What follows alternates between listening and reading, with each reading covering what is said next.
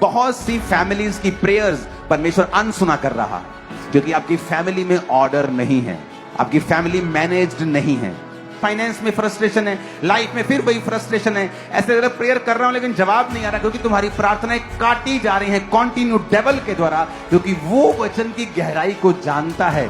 आप देखो शैतान कैसे काम करता है। और अगर वो हस्बैंड को ये मालूम नहीं है कि मुझे ये करना है और ये नहीं करना है, वाइफ को पता नहीं है कि मुझे ये करना है या नहीं, कोई मुझे क्या कहे मुझे कोई मतलब नहीं पड़ता, मुझे ये मालूम होना चाहिए कि परमेश्वर क्या कहता है।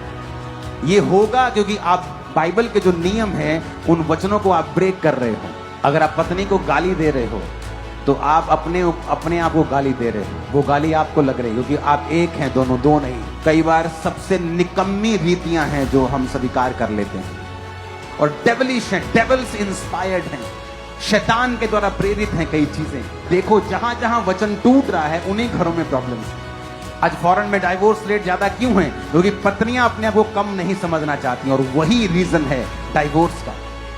और जब आप इन बातों को नहीं समझते हैं एक फैमिली ब्रेक होती है और शैतान उसका फायदा उठाता है। अगर आप क्रिश्चियन हैं और गॉड आपका सेंटर है और वचन आपका सेंटर है और आप खुदा की सेवा करने के लिए अपने आप को सबमिट कर चुके हैं, तो होता क्या है जब आप लोगों में तकरार होती है क्योंकि आपका सेंटर परमेश्वर है, तो वो चीजें जो आम लोगों के लिए बड़ा एक हवा बन सकती हैं, आपकी लाइफ में वो आपके माइंड और स्पिरिट को हिट नहीं करते।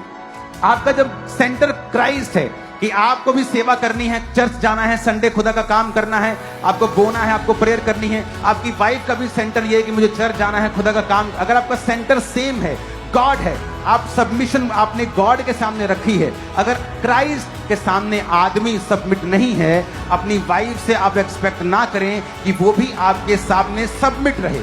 अगर आप खुदा के सामने अधीन नहीं है, आपकी वाइफ आपके सामने अधीन नहीं होगी, क्योंकि परमेश्वर आपको वही देगा जो आपने उसकी लाइफ में बोया है।